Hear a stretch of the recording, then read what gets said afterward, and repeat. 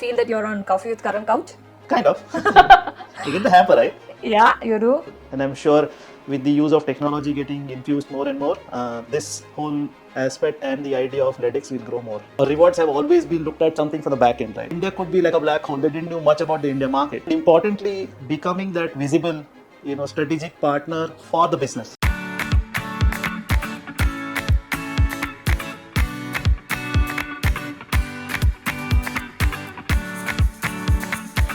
Hello and welcome to LEDa Talk Podcast series. Whom do we have on this couch today?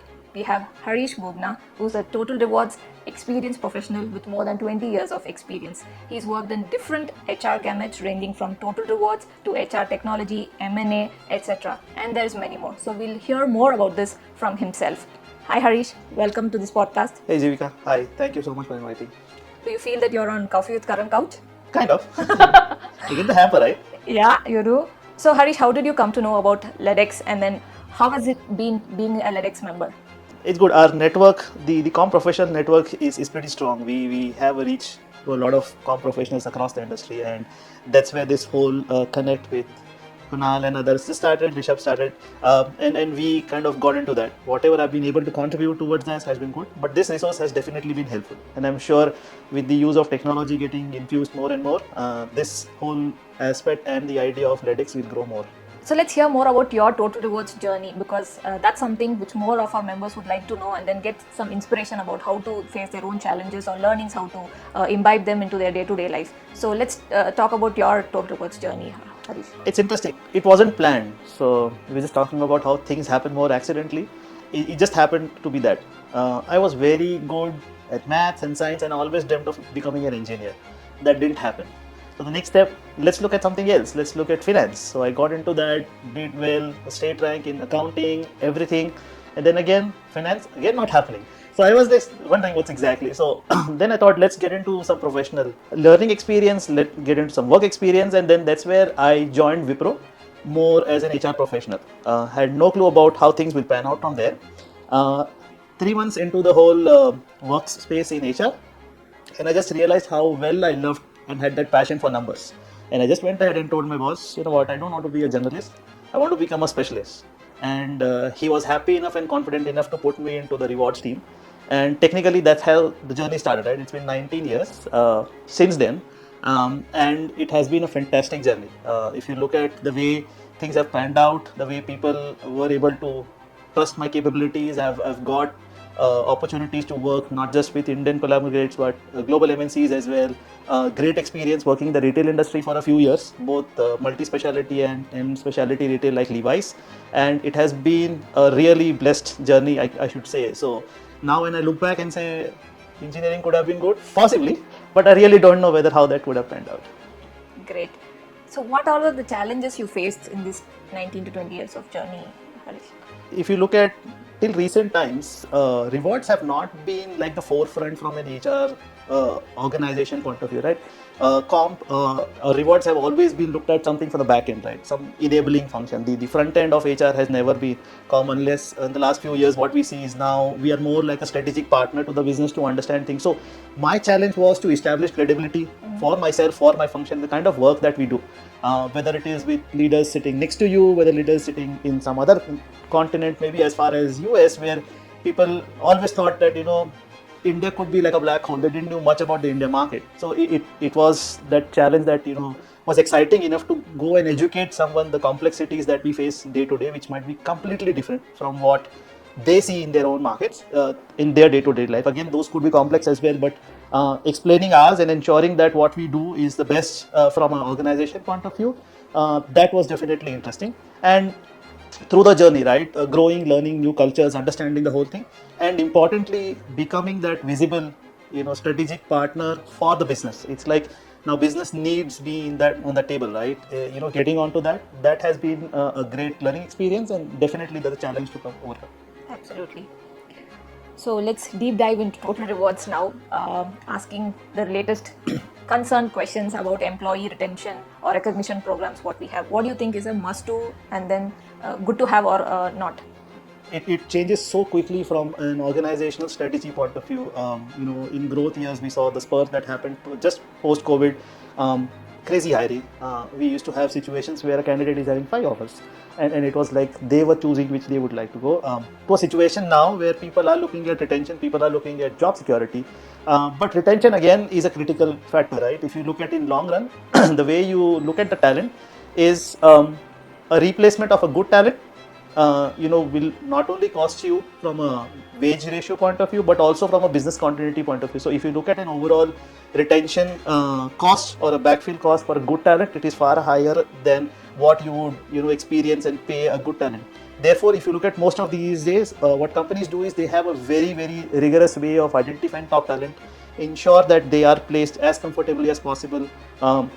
Not just from a comp point of view, that's an important aspect, but from a career point of view as well. These days, growing, reskilling, de-skilling, all those things are important. So how you enable that to ensure, and then once you know the employee has the right skill set, how you can ensure that their compensation or their rewards are right in place, so they feel comfortable, they are there for long run, and definitely grow along with the organization. So that's for me the definition of having a retention strategy.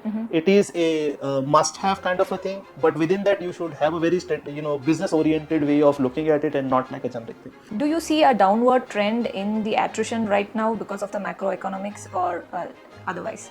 Yeah, I mean, it's there. It's global. If you look at voluntary attrition, involuntary is a different matter. I think we hear more from the newspapers than consultant reports these days. But yeah, the fact is attrition is on a downstream. The growth is less. Hybrid is coming more and more into focus. So that way people are settling back in terms of back to office situations across their organizations, across various locations that they work, and that's important. So attrition is down, and then the focus in terms of how you look at the attrition management is an important factor. Just to add another aspect here, what happens is earlier with the standard attrition, even if you look at from an India market point of view, it was 8 to 10%. That always meant that 10% of workforce, a new workforce was coming in, so new ideas, new capabilities were coming in. But now with the attrition being lower, at times what happens is the innovation is not as rapid as possible. So that could be one of the reasons why we look at some of the involuntary attritions that could be happening. Talent management becomes more rigorous, and low performers definitely phased out. Great. How do you see total rewards evolving with the AI and the gig economy and the companies changing their own strategies for addressing them? So how do you see this? It definitely is evolving. As I said, it's not the same back end behind the curtain function anymore, right? We are right up there. We need to solution with the business day in, day out, on the spot when things are changing and when strategies are changing, rather than waiting for it would be reactive. So we are more like a proactive, consulting function for us. And that has happened only because a good part of our transactional work has been automated. So what we are doing is that we move with the technology, we ensure that some of the transactional work is completely outsourced. That gives us enough bandwidth to be more consultative and more strategic with the business, and that's how I see evolving things. Right? A few days back, we was talking with a friend of mine from the industry along similar lines, that market pricing soon, right, which used to be a very religious activity every year, could soon become like an AI thing. If you have the data for the last 4 to 5 years, you know how things, what patterns and how things are moving. And technically speaking, then you can always forecast what would be your new salary range upfront, rather than putting a 2-month effort to really go through line by line.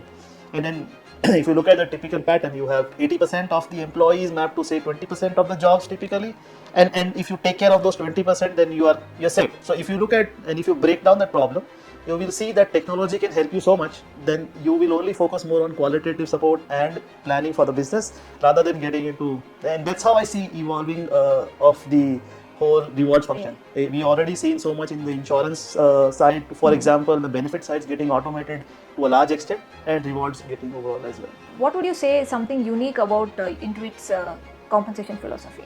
The Intuit pay philosophy is not too far away from what you would see in the market, but how rigorously we apply that is the most important thing, right? From ensuring ownership of every individual towards the organization, having different pay levers to ensure that they get that and they feel that responsibility and the sense of reward is some of the key things. The whole market positioning that we get into, the aggressive way of ensuring that we have our key talent safe enough from a market positioning point of view, I think that definitely helps drive our pay philosophy and ensures that we have the talent management in the right space. Suddenly, I have this question in my mind. I'm somebody new to this HR or Total Rewards, or I'm a college graduate who's looking for a profession within rewards. So, what it takes to be a rewards professional? Interesting question. The reason being, it's a very unique skill set when it comes to being a rewards professional, because eventually what you're expected to is gather the information from an external market point of view, marry it with your organization strategy, and devise a philosophy or an approach that suits you well. If you look at, there are various stages from an organization, right? From a startup point of view, you're very aggressive. So you need to have a very aggressive mind in terms of how you look at rewards, how you look at your market positioning, and as you stabilize, you change that.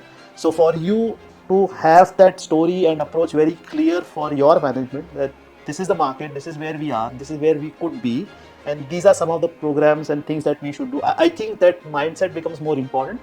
It's a clear story weaving situation where you get into everything, you understand what the organization needs, and you get the right set of information. And remember, on the joy side, right, you are a person who should always be ready for hard conversations. You don't provide an offer exception, you are there for hard conversation. You don't want retention bonuses, you are there. And then you're so externally focused that at times there could be situations where you are the go-to person for everything related to external, right? I can give you an example. If there are rains in Chennai and there is flooding, somebody could have asked you, okay, what are the other companies doing? It has nothing to do with rewards. It's just pure that people depend on your external market intelligence and network, that they rely on you not just for reward but others. And that's a passion you should. If you have that passion and you think you can, you definitely. And then the best way to do it is start from the ground. Get understanding of the HR processes, things, and how some of those policies and programs work, and then start contributing as to how you can value it and make it even better. Thank you.